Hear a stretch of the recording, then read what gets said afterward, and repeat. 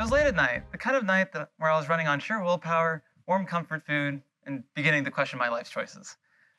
And so let me set the stage for you. My desk looked like a disaster zone. There was papers all over my desk, endless row of Excel sheets lighting up my room, and a plate of enchiladas to keep me going. But as tired as I was also excited, because for the first time in a while, I wasn't just working on some school assignment, I was tackling a real-world problem. See, my school had asked me to analyze school suspension data, seeing where it was happening, how often, and why. And as I began to look through the numbers, I realized that they looked flat, lifeless, almost like they were begging for me to do something more than just stare at them.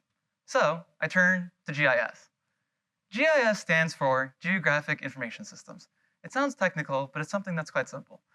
It's a software that allows you to overlay data and information onto a map. You actually use it every day when you're getting the daily forecasts, getting directions to a friend's house, or in my case, to try to beat rush hour traffic. So I decided to map school suspension data. Every school became a point, and different colors represented different racial groups. And as I went through the map, I started to see that the patterns weren't random, and neither was the imagery or trends that I was starting to notice.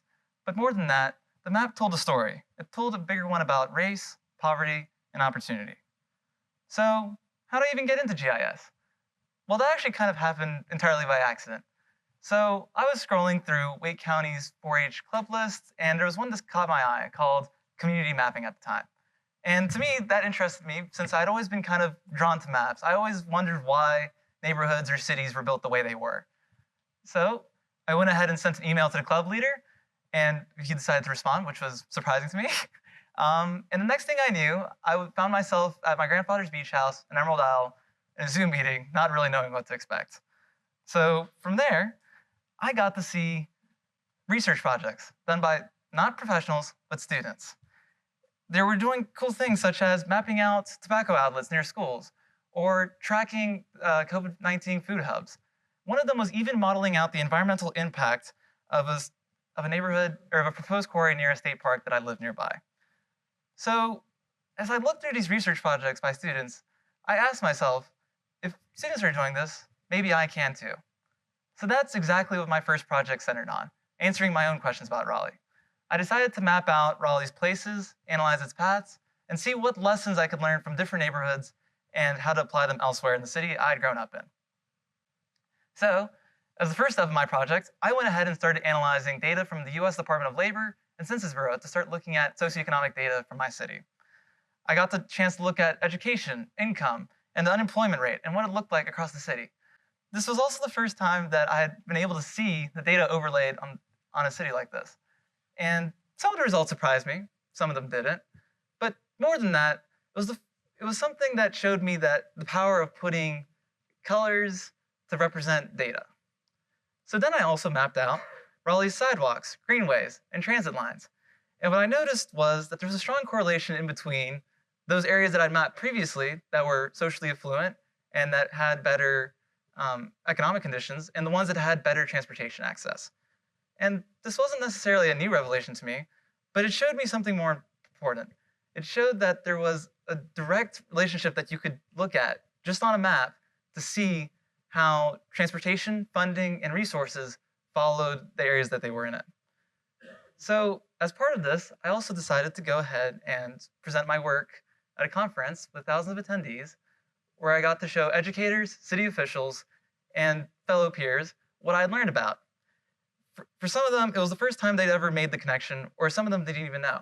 But nevertheless, it was my first real time that I'd ever shown what I'd been working on, and I'd done it somewhat successfully.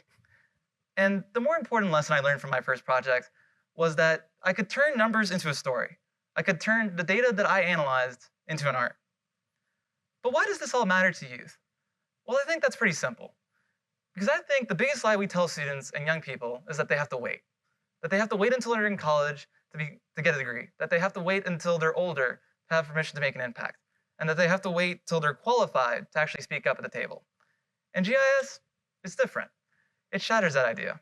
And I have 3 reasons why I think you should get started today. 1, it's accessible. You can get started with the device you're already using. All you need is an internet connection and a topic that you're willing to explore. And for 2, it's versatile. It connects to almost every topic you can think of. History, science, art. All of it connects to real places, and in turn to geography, and in turn to GIS. And most importantly, it turns students into thinkers. It turns problems into plans.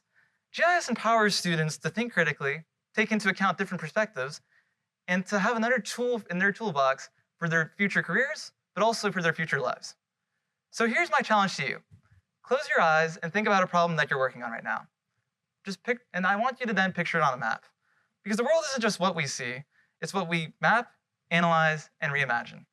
And if students like me can use GIS to uncover hidden stories, then imagine what we could all do if we started seeing beyond boundaries.